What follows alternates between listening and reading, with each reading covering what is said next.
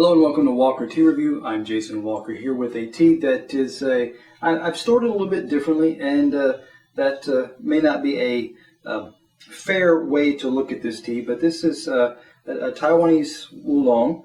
I purchased, I guess it was back in February, and I've stored it here in this porcelain container, which porcelain does well, or can do well, with allowing some, especially with some particular oolongs, to allow them to kind of age and breathe. Stefan of Tea Master's blog points this out and has done this with some teas. So I'm not really going to compare this as to what it was like out of the package versus how it's aged now. I'm just going to be looking at this tea kind of as it is. You may want to kind of look at or consider purchasing porcelain type or storage vessels to allow teas to be preserved or kind of breathe, adjust to the seasonal aspects of your environment, whether that's changes in humidity levels or other or temperature levels as well. But talking about this tea and kind of introducing this tea, as I said, it did not originally come in this container here. This is from Fang tea. This is their Fang Gourmet tea, is the fuller name. It's their Dragon Eye Charcoal Roasted Lishan or Pear Mountain tea. You can find it on Fang's website. And what I've done, as you saw me do, is I've used my 3-ounce gaiwan here. I put in about a teaspoon's worth. I added my water, which was nearly to a boil, just under, allowed to cool for about a minute or less, and I had a little bit of water resting just beneath or just above the rim of the lid here to kind of create a seal there. And I'm going to let that sit and talk about this tea.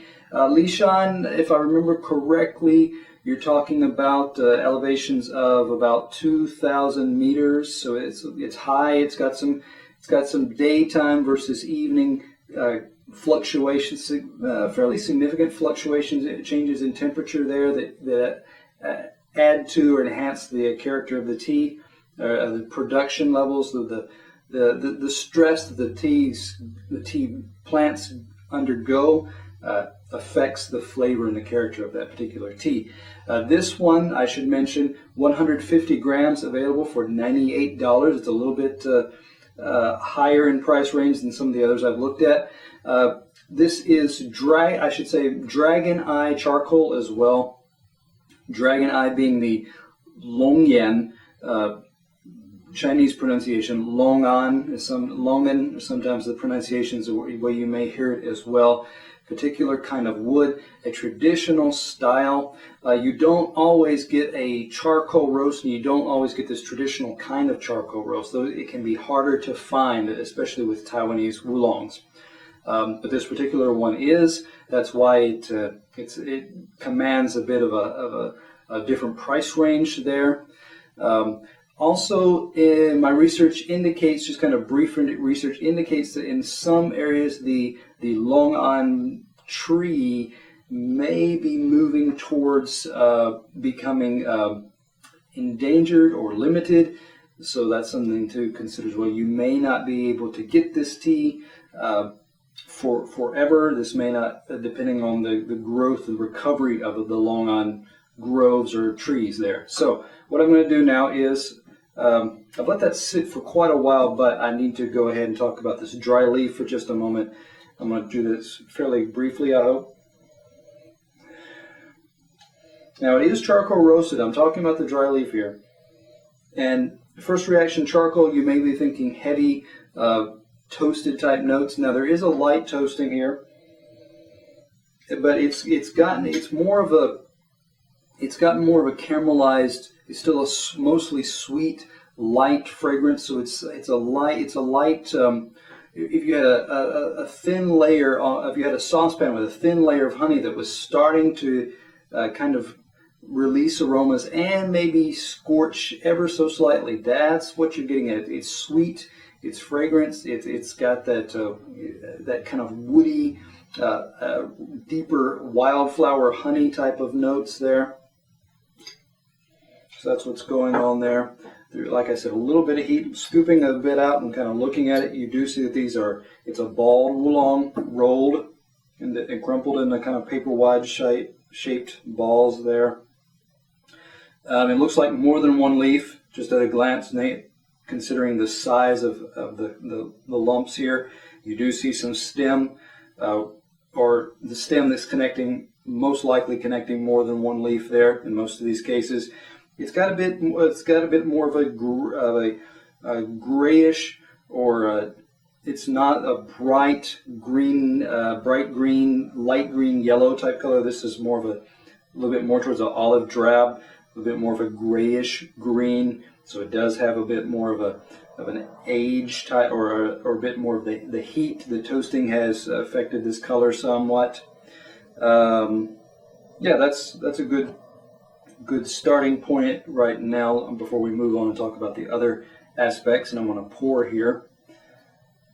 Put that lid back on. Nice. It's good to have a nice lid that seals well. I'm going to angle my lid over to the side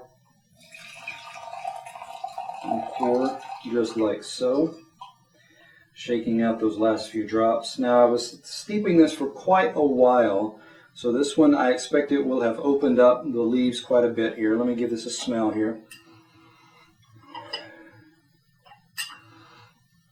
Aromas here, still a sweet, again, that sweetness coming out. Honey roasted peanuts is the first thing that came to mind. So there is still a nice sweetness to it, a bit of a roasty, toasty element there as well. Light, again, scorched honey, caramel type notes, very, very light in that they're not rich, heavy, and overly toasty type in their nature. Let me pull out a few of these leaves here. Just grabbed, saw a little bit of a stem here, which was connected to 1, 2, looks like 3, but some of those have torn, those leaves, so they're not fully present. Pulling out individual leaves as well. Most of these have fully unfurled, considering the amount of time that I steeped it this time. I'm getting some kind of, I do see clear oxidation, reddish rust on a consistent thread type of thickness along the edges of this leaf here. Let me pull out a couple of others here. Here's a couple of leaves that are leaves on the same stem here. I'm noticing these leaves are narrow. I'm noticing that they are fairly fragile. They're not a high amount of elasticity.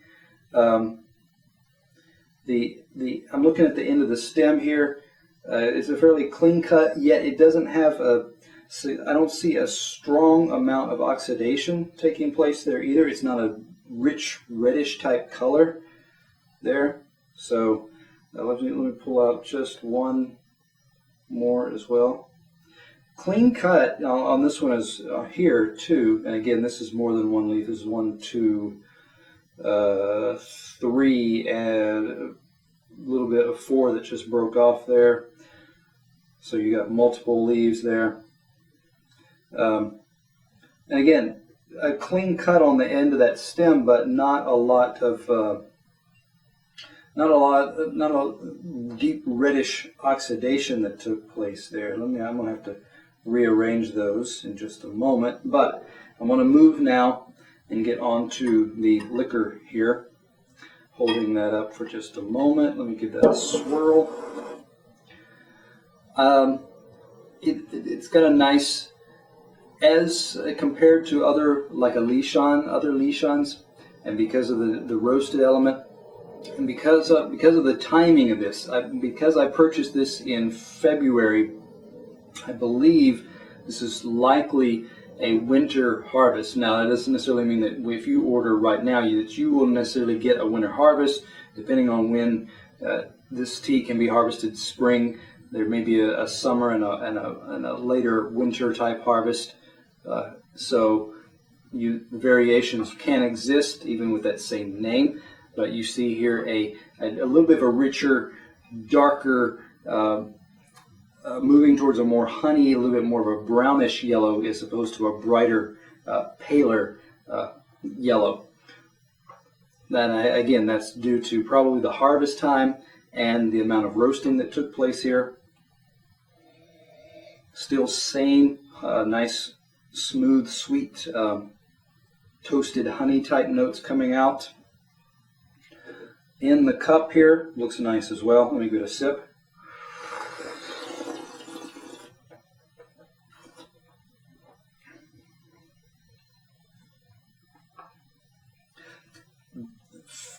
Brief,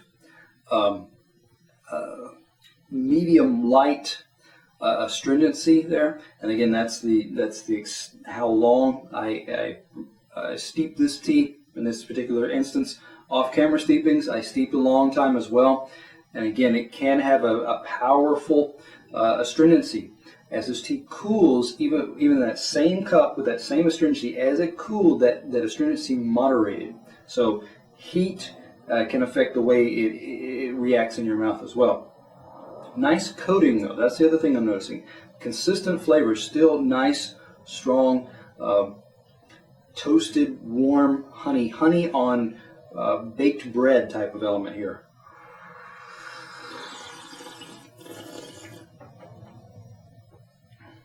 The other thing I note, nice, heavy, rich aftertaste, extended aftertaste. I notice this here and now. I notice it off-camera tastings as well. The aftertaste starts off very nice and strong, actually.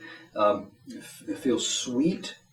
It feels you feel a thick kind of feeling, coating, moving from the back bottom of your tongue. Not so much down in the throat, but more in the back here, and it starts to kind of move towards the front of your mouth, up the sides of your cheeks as well. I noticed I drank this tea off camera at previous tastings, put it away, worked on something, and I was just sitting there noticing, and this was 2-3 minutes, maybe even 5 minutes after that last sip.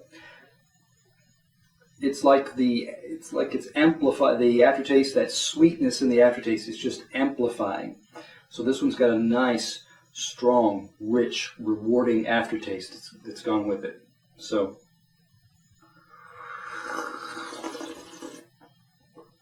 you got to get a little bit more of that. Considering the amount of aftertaste, not as much. Again, stronger astringency that's going to put some people off. But if you can move past that and wait for that aftertaste and the richness and the heaviness of that aftertaste, that's where the reward is going to be awaiting you. And if you do that, and when I do that, I would have to give this tea a 92. Nice, good quality. Again, off-camera tastings, steeping it 2-3, multiple times. Nice, consistent intensities, nice, consistent flavors that didn't drop off suddenly, didn't disappoint, held in for the longer run there. So come back to Walker Tea Review to look for those teas that are going to bring the richness, the complexity that you're looking for.